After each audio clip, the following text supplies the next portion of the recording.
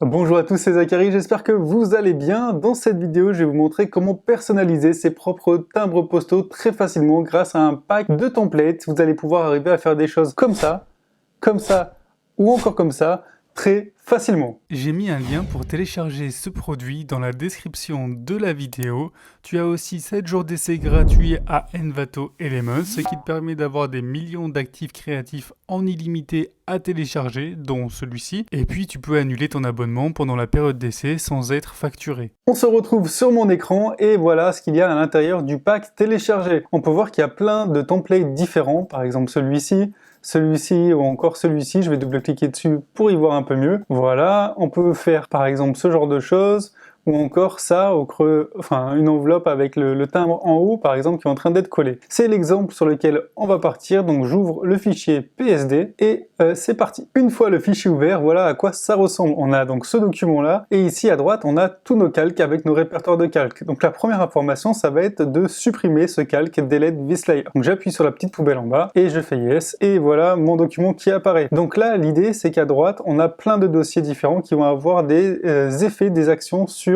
notre image. Ici on a filtre, donc on pourra bosser dessus après. On pourra rajouter des effets, chaud, froid, etc. Vintage. On pourra aussi ajuster un peu notre image, si en fonction de ce qu'on veut donner comme teint, comme exposition, etc. Et ensuite on a le dossier qui nous importe le plus, c'est Mockup Layer. Alors là on va pouvoir modifier certaines choses en double-cliquant ici sur les petites icônes. Par exemple Your Design, si je fais double-cliquer dessus, ça va avoir une action sur l'enveloppe. L'enveloppe donc c'est ici.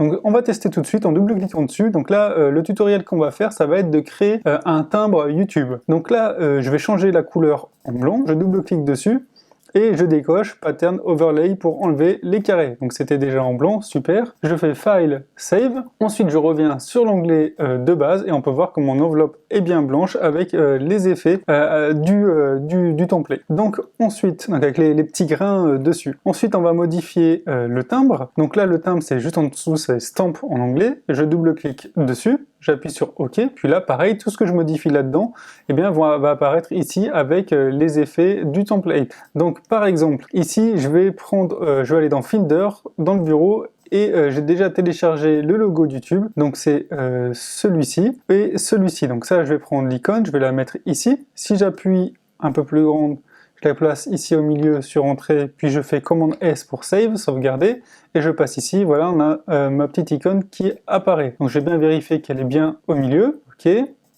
Donc ouais, elle n'était pas, donc là super, c'est bien centré. Je peux faire sauvegarder. Ensuite, je vais mettre le nom de YouTube qui apparaît ici. Voilà, je peux effacer sur le côté. Donc clic droit, Rasterize Layer, et je supprime, super. Ensuite, je fais commande S pour voir un petit peu ce que ça donne. Ok, c'est exactement comme on souhaite. Là, je vais double-cliquer dessus pour enlever Pattern Overlay, parfait. Ok, sauvegarder, je reviens, très bien. Du coup, ce que j'aimerais, c'est qu'il y ait une couleur appliquée autour du cadre. Donc je fais Color Overlay. Ici, je choisis le gris, par exemple, comme ça. J'appuie sur OK, sauvegarder. Et voilà ce que ça donnerait. Donc voilà un petit exemple. Je vais pouvoir aussi modifier le background derrière en cliquant ici sur Background, puis Floor Texture, je double-clique dessus, on va le faire rapidement. Ici, je modifie Pattern Overlay, donc là je pourrais laisser en blanc, ou alors mettre une petite image. Donc par exemple, je vais importer cette photo-là d'une texture en bois d'une table. Voilà, j'appuie sur Entrée, sauvegarder, je reviens, et voilà à quoi ça ressemble. Donc voilà ce qu'on peut faire rapidement, et puis donc vous pouvez ajouter vos textes, vos images directement, vos logos et tout ce que vous souhaitez, et y travailler un peu plus. Puis ensuite, comme on l'avait dit en début de vidéo, jouer un peu sur les grains, sur l'effet chaud, froid, vintage par exemple, etc. pour avoir ce que vous souhaitez comme résultat. Voilà, j'espère que ce petit tutoriel d'exemple vous a plu. N'hésitez pas à vous abonner à la chaîne, à me laisser des questions dans l'espace commentaire, et je vous dis à très vite pour de nouvelles trouvailles.